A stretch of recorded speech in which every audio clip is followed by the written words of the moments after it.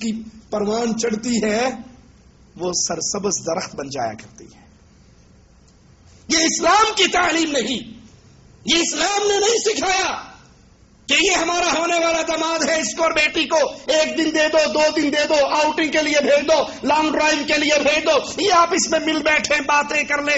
اتنی سختی درست نہیں ہے، اتنی سختی بھی نہیں ہونی چاہیے. اسلام بڑا نرم دین ہے، بڑا وسیع دین ہے. ارے اسلام اپنے حدود کے اندر نرم ہے. اسلام بے غیرتی کی اجازت نہیں دیا کرتا. امام الانبیاء کے دروازے پہ آنے والا آیا تھا، اندر جھانکا تھا.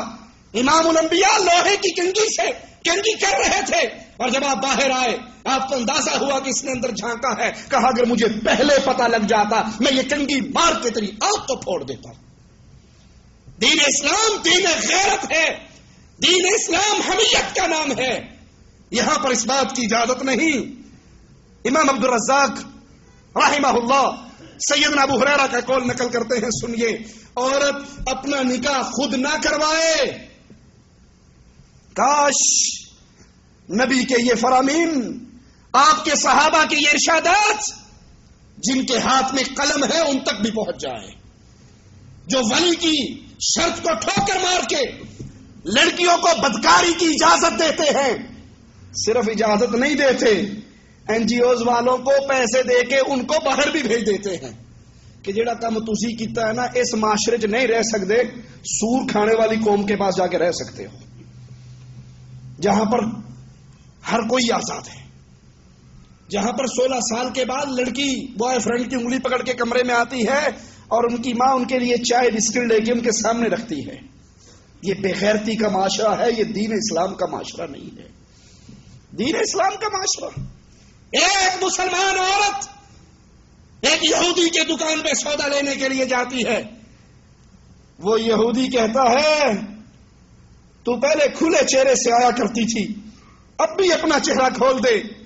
یہ مومنہ کہنے لگی پہلے اسلام میں پردے کے احکامات نہیں آئے تھے، اب پردہ فرض ہو چکا ہے، میں اپنے چہرے کو نہیں کھول سکتی. یہ اس کو بہانے لگاتا رہا. یہ مومنہ نہ مانی. اس یہودی نے بہانے سے اس کا برقع ایک کیل کے اندر پھنسا دیا. یہ مومنہ جب کھڑی ہوئی اس کیل میں کپڑا پھنسا ہونے کی وجہ سے اس کا چہرہ ننگا ہو گیا. اس کی آوازیں پہ غور کرنا، خاص طور پہ وہ عورتیں جنہیں اسلام نے زندہ درگوری کی ذلت سے نکال کر عزت کے آسمان پہ پہنچایا، اور آج وہی اس اسلام کو توڑنے کے در پہ ہے. وہی اس اسلام کے اصولوں کو اپنی جوتی کی ہیل کے نیچے کچلنے کے لیے تیار بیٹھی ہے. اس مومنہ نے آواز لگائی واہ اسلام. اس یہودی نے میرا چہرہ ننگا کر دیا، میرا تو اسلام ہی برباد ہو گیا. چہرے کا ننگا ہونا، واہ اسلام. وہ یہودی ہنسنے لگ گیا، اس کے ساتھی ہنسنے لگ گئے. ایک صحابی گزر رہے تھے، اس نے جب ایک مومنہ عورت کا چہرہ بے پردہ ہوتے ہوئے دیکھا، غیرت ایمانی برداشت نہ کر سکی، تلوار نکالا، تلوار بلند کی اور اس یہودی کے سر کو کاٹ ڈالا. یہودیوں نے مل کر اس صحابی کو شہید کر دیا. ہونا کیا چاہیے تھا ہماری رائے کے مطابق، روشن خیالی کے مطابق، کہ دیکھو نا جی زیادتی تو اس صحابی نے کی تھی نا، بے شک بے پردگی ہو گئی تھی، قتل کرنے کی کیا ضرورت تھی؟ ڈانٹ لیتے، جرمانہ کر لیتے، قتل کیوں کیا؟ ارے اللہ کے نبی کو خبر ہوئی، آپ نے ان یہودیوں کو مدینے سے نکال ڈالا. یہ غیرت ایمانی ہے، یہ غیرت اسلام ہے. سیدنا ابو ہریرہ فرماتے ہیں عورت اپنا نکاح خود نہ کروائے. اور یاد کر لو بلا شبہ بدکار عورت اپنا نکاح خود کرواتی ہے. بدکار عورت اپنا نکاح خود کرواتی ہے. ابن عباس فرماتے ہیں بدکار عورتیں اپنی شادی خود کرواتی ہیں. کورٹ میرج کرنے والوں، لو میرج کے کافرانہ نظام کو اسلام کے چولا پہنانے کی کوشش کرنے والوں، عبداللہ ابن عباس اور تم کیا جانو عبداللہ ابن عباس کو، مفسر قرآن، وہ فرما رہے ہیں بدکار عورت اپنی شادی خود کرتی ہے، اس کو ولی کی حاجت نہیں رہتی۔ جا کے دیکھ لیجئے اپنے شہروں کی اس بستی کا نام لیتے ہوئے شرم آتی ہے جہاں پر لائسنس لے کر بیٹھی ہیں۔ ہمیں تم کون روک سکتے ہو؟ ہمارے پاس تو گورنمنٹ کا لائسنس ہے، ہم باعزت شہری ہیں، پاک کمائی میں سے ٹیکس بھی ادا کرتی ہے۔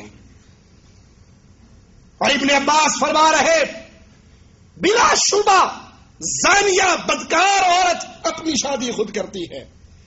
امام عبد الرزاق نے عمر بن دینار سے روایت نقل کی، کہا ابو امامہ کی بیٹی نے بنو بکر قبیلہ کی ایک عورت کی شادی کنانہ سے کروا دی۔ القمہ عمر بن عبد العزیز رحمہ اللہ کو خط لکھتے ہیں کہ میں اس کا ولی ہوں اور اس کا نکاح میری اجازت کے بغیر ہوا ہے، کسی اور نے کروایا ہے، مجھ سے اجازت نہیں مانگی گئی، ولی میں ہوں، میری اجازت کے بغیر نکاح ہوا ہے۔ عمر بن عبد العزیز رحمہ اللہ نے اس نکاح کو ختم کروا دیا، حالانکہ یہ عورت اور مرد آپ اس میں ازدواجی تعلقات قائم کر چکے تھے، لیکن یہ نکاح برقرار نہیں رہا۔ کیوں؟ یہ نکاح شریعت محمدیہ کے خلاف ہوا۔ اسلام نے عورت کو، بیٹی کو بڑا مقام عطا کیا ہے۔ اس کے اندر ایک شق یہ بھی ہے، اگر تم ہدیہ دینے لگو تو بیٹی اور بیٹے کو برابر ہدیہ دو۔ یہ نہیں کہ بیٹے پر تو دل کھول کے خرچ کرو اور جب معاملہ بیٹی کا آئے تو پھر اپنی مٹھی کو بند کر لو۔ شریعت میں ہدیہ دیتے ہوئے بیٹی اور بیٹا ان دونوں کے درمیان انصاف کرنے کا حکم ہے۔ بخاری و مسلم میں ہے، ایک صحابی نے اپنے بیٹے کو ہدیہ دیا، پھر اللہ کے رسول صلی اللہ علیہ وسلم کے پاس آئے اور کہا اللہ کے نبی میں نے اپنے بیٹے کو ہدیہ دیا ہے، میں آپ کو اس پر گواہ بنانا چاہتا ہوں۔ آپ کا سوال، آپ نے پوچھا تو نے اپنی اولاد میں سے سب کو برابر برابر دیا ہے؟ جو اس کو دیا وہی اپنی باقی اولاد کو دیا؟ اولاد میں بیٹے اور بیٹیاں ہیں، جو تو نے اس کو ہدیہ دیا باقی اولاد کو بھی تو نے وہی دیا؟ وہ کہنے لگے نہیں اللہ کے نبی صلی اللہ علیہ وسلم، میں نے باقیوں کو نہیں دیا، میں نے صرف اسی بیٹے کو دیا۔ تو امام الانبیاء علیہ الصلوۃ والسلام نے فرمایا فاتقوا اللہ واعدلوا بین اولادکم، اللہ سے ڈرو، اپنی اولاد کے درمیان عدل اور انصاف کرو۔ اگر تم کسی کو ہدیہ دینا چاہو، جو بیٹے کو دو وہی باقی بیٹوں کو دو اور وہی بیٹی کو بھی دو۔ اسی طرح اسلام زمانہ جاہلیت کی اس بد رسم کو توڑتا ہے کہ اس دور میں بیٹی کو وراثت میں سے حصہ نہیں ملتا تھا، اسلام نے بیٹی کا حصہ باقاعدہ وراثت میں رکھا ہے۔ اب سوچئے، ان احادیث کو، آیات کو اپنے سامنے رکھیے اور اپنے اپنے گریبانوں میں منہ ڈالیے، ہم دین محمد پر ہیں یا جاہلیت کے دور کے دین پر ہیں؟ ہم مرنے سے پہلے کوشش ہوتی ہے ڈوکھا لاجوا تو سارا کچھ ہی پترا نو دے جاؤں، کیوں؟ یہ میرا ایک مربع زمین میرے بیٹوں کو ملے